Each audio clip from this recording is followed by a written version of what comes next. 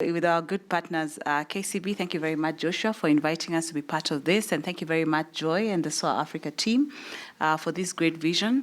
As Safaricom, we believe in the vision of transforming lives. And I think it's impossible for us to talk about transformation of lives if we're not having the right conversations. So the reason why we are actually here is because we as a brand believe that we have the opportunity to be able to connect not only people to people, we have the opportunity to be able to connect people to opportunity and people to knowledge. And this platform provides us with this great opportunity to actually be able to achieve that. One of the rallying mottos of Safaricom is the spirit of Twaweza. Twaweza basically means that when we come together, we can make great things happen. And I believe when we all come as leaders of this country, in whichever space you find yourself, whether it's in government or it's leaders in the corporate side, or it's even the small and medium enterprises who are leading their own businesses, we all have different challenges. But I think there's a great opportunity for us to be able to learn. And I hope that by this partnership and this conversation that will be started, we'll actually now begin to create starters and conversation starters that will actually drive the transformation that we need. At the end of the day, we speak about the country transforming, but the country will only be transformed by me and you. And we can't do that if you're not challenging each other in terms of what are we doing in the inch that we are responsible for holding. So I think for us, we celebrate, first of all, just the fact that the platform is happening. We celebrate what KCB and Joshua and his leadership team are doing. We thank Bishop Jakes for what we have seen you do in the past, and I believe that you being in this country at this particular moment is also going to even further spur us to head in the right direction. And we invite then everyone to be able to come and be part of this conversation. We believe that whatever will start off here will result in a lot of acceleration, a lot of changes in the leadership of this, ourselves as leaders of this country, and then truly drive Kenya into the space that we need to be playing in the global space. So thank you very much. Thank you for the invitation, and we are looking forward to the conference. Thank you very much, Sylvia, and I want to welcome Bishop Jakes to Nairobi. I know it's a long time, Bishop, before you were here.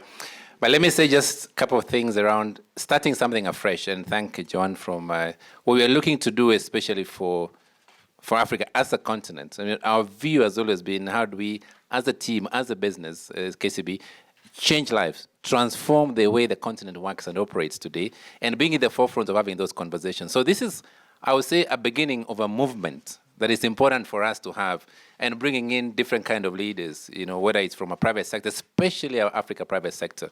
For a long time, we're always thinking outside our own continent, saying, and we're very good in terms of blaming. But until leadership takes forefront or be in the center of making that change, really nothing will shape and change. And we're in a very defining moment for us. So if you think about our demography, the age, the dynamism of diversity for our own continent, nowhere in the world do you get average age of 20 or 21, except this part of the world. New ideas, and I'm a strong believer, as I said before, that solutions for our problems today, the world's problems, will come from the younger minds. And those younger minds happen to live mostly in this continent today and even in the next few 20, 30 years. So if there's a way we can be able to have that conversation and shape, how do I lead? And this is what we lack on a continent point of view. What is it that the values I want to put in place? And how do I collaborate more and more than not just your own business? And for a long time, we've spoken about business with a purpose beyond just looking at one level of stakeholders in our business. And we've been in the forefront. We worked very closely with the Young Africa Leaders Initiative for many years, which is trying to build really strong leaders. And Yali is an epicenter of bringing young leaders across many parts of Africa. So we support the East Africa Center for a long time, where I sit currently as the chair of the board. And for the last 9, 10 years, probably 9, 8 years, we've been very much strongly involved in that initiative. And the area for that is also to see, how do we bring in our young entrepreneurs into an ecosystem of driving businesses, being able to deal with the gaps that they have, whether it's a capital gap that they have, and sometimes the mentorship and leadership. And most of you know that we progress successfully until even investment. And you have seen what we do with the Lions Den, for instance, in terms of providing not just skills, not capacity, but also resources and applying them to market. So that we see less and less collaboration. We speak a little bit much more about the Africa Continental Free Trade Area, but you don't see as much progress and traction.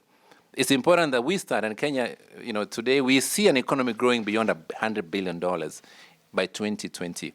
That takes us into top 5 if you remove South Africa and some of the countries in North Africa and Maghreb. That's important for us to say, can we shape the destination, the conversations, the belief, and the change? And that's what we're willing to partner and work very closely. So I'm excited to invite TD Jakes, who is in many ways a very accomplished global entrepreneur, which is important for us. And I believe solutions for our businesses and our economies will come only by entrepreneurs who are bold enough to make the investments and ideas into the future of our own country. And then stretch, and Bishop Jake talks about how do we stretch ourselves from where we are today towards our real destiny. It's important to have that conversations, because for so long we'll rest in our history. We remain where, and Africans, we have this challenge of always how things have happened, but we need a rupture. And this is what the movement you're starting today. So we'll have more conversations after the 2 days to really catalyze, have commitments. And what we're trying to build in this conversation is the billion-dollar businesses for the next decade to start investing today. So for us, I'm excited, and I will invite Bishop T.D. Jakes just to give remarks. Thank you. Well, thank you very much. I'm delighted to be here. It's good to be back in Kenya. It's been a long time. We think about 14 years since I've been here. You've changed a lot over the years, and it has always been my heart and my intent to add to the vision of this country. I love this country. I love this people, and so it's really, really a wonderful thing to be back. And particularly as the CEO of TD Jakes Enterprises, though most of you probably know me as the pastor of the Potter's House, the reality is the enterprise has existed longer than the Potter's House.